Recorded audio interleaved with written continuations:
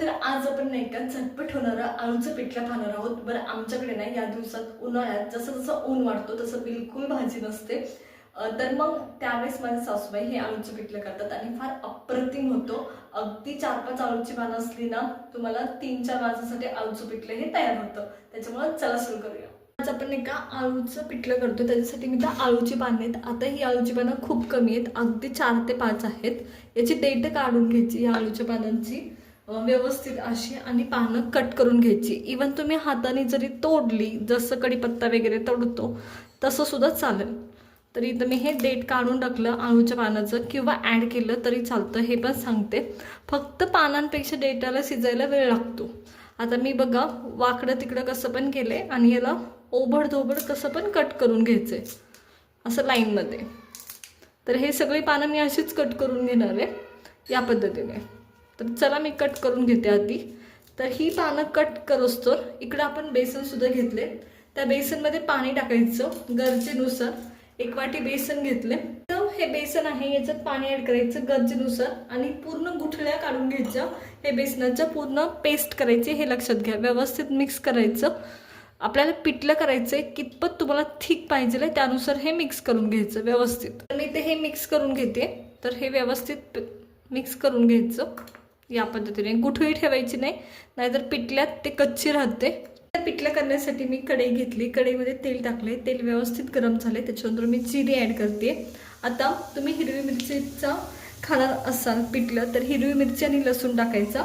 आपण हिरवी मिरचीमधला नाही करते, आपण लाल मिरचीमधला करतोय, त्याच्यामुळे फक्त लसूण टाकायचं, तो परतून घ्यायचा। तरी मी इथं लसूण ॲड केलाय, लसूण घेतला होता, बारीक चिरला होता आणि तो ॲड केलाय। 1-2 मिनटं परतून घ्यायचं लसूण सोनेरी होईपर्यंत, जास्त नाही करपायचं। लसूण ह्या परतून घेते 1 ते 2 मिनटं। 1 ते 2 मिनटं व्यवस्थित परतलाय, त्याच्यानंतर मी इथं कांदा टाकते। कांदा बारीक चिरून घेतला होता, तो पण परतून घ्यायचा सोनेरी होईपर्यंत, खूप जास्त करपायचं नाही या पद्धतीने। आता कांदा टाकल्यानंतर मी कढीपत्त्याची पानं टाकते, जेणेकरून ती व्यवस्थित मिक्स व्हावी। खरं तर कांदा टाकायच्या आधी टाकायचे असतात, पण गॅस खराब होतो म्हणून मी नंतरून टाकले। आता ही परतून घ्यायचं व्यवस्थित। आता इथं कांदा व्यवस्थित मी भाजून घेतलाय, त्या टायमाला मी नाही का याच्यात हळद टाकते, याच्यात लाल मिरची पावडर टाकते। तुम्ही कितपत तिखट खाऊ शकता त्यानुसार ती टाकायची, मी तर अर्धा चमचा टाकते। आता हे सगळं व्यवस्थित मिक्स करायचं। हिंग आमच्या इकडे टाकत नाही, जर तुम्हाला हिंग टाकायचं असेल पिठल्यात तर तुम्ही नक्की टाकू शकता।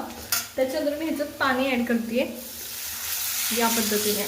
जेवढं पिठलं तुम्हाला थिक करायचं आहे, जेवढं पातळ करायचं आहे त्यानुसार पाणी ॲड करायचं। आता आपल्याला खूप ना थिक करायचं आहे ना खूप पातळ, त्यानुसार मी याच्यात पाणी ॲड केले। तर 1 ग्लास मी केलाय, तेवढा इनफ आहे अर्धा वाटीसाठी। तर इथं व्यवस्थित आता ह्याला उकळी आणायची, चवीनुसार मीठ ॲड करते मी। त्याला दणदणून व्यवस्थित उकळी आणायची, त्याच्याशिवाय पुढची काहीच प्रोसेस करायची नाही। आपली 4 पानं आहेत, त्याच्यातले कमीत कमी 2 पानाचे आळू मी उकळी आल्यावर ह्या भाजीत टाकते। आता सगळी का नाही टाकली ते सांगते, कारण आपल्याला ह्याच्यात पीठ मिक्स करायचे, बेसन पीठ। अजून जर तुम्ही सगळी आळू आत्ताच टाकली तर तुम्हाला पिठलं व्यवस्थित हलवता येणार नाही।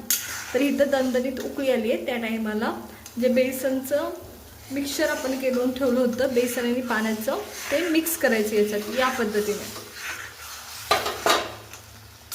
गॅस बारीक करायचा, नाहीतर गाठी होतात लगेच।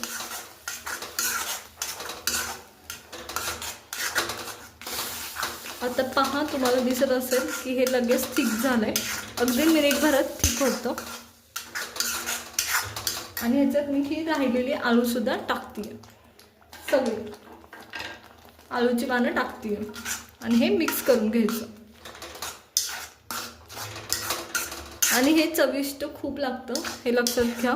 जरी तुम्हाला असं वाटत असेल की आळू वरून टाकली आहे, पण फार अप्रतिम लागतं, त्याच्यामुळे नक्की करून पहा। हे शिजून घ्यायचे अगदी 2 मिनिटांसाठी टाकल्यापासून मिश्रण तुमचं पिठल्याचं, तर हे पटकन शिजतं आणि तुम्ही लगेच खायला सुद्धा घेऊ शकता। तर तिथं जवळजवळ आता हे पिठलं तयार झालंय। आता हे आपण याच्यावर कोथिंबीर टाकणार आहोत आणि मग हे पिठलं तुम्ही सर्व करू शकता। तर चला मी कोथिंबीर ॲड करून घेते. पिठलं आता तयार आहे. याच्यात मी कोथिंबीर टाकते आणि हे पिठलं आता आपण साईडला काढून घेणार आहोत. एक मिक्स करूया आणि फार अप्रतिम असं हे पिठलं तयार आहे आपलं. आमरससोबत दुसरी रेसिपी ही तयार आहे भाजीची, तुम्हाला पटकन करता येईल अशी. हे गरमागरम पिठलं मी काढून घेते, मी तुम्हाला दाखवते. अप्रतिम असं झालंय. तर पहा, तर हा थिकनेस माझ्यासाठी बरोबर आहे. तुम्हाला हवं असेल तर आणखी पातळ तुम्ही करू शकता. तर पहा, अप्रतिम असं हे आळूचं पिठलं तयार आहे.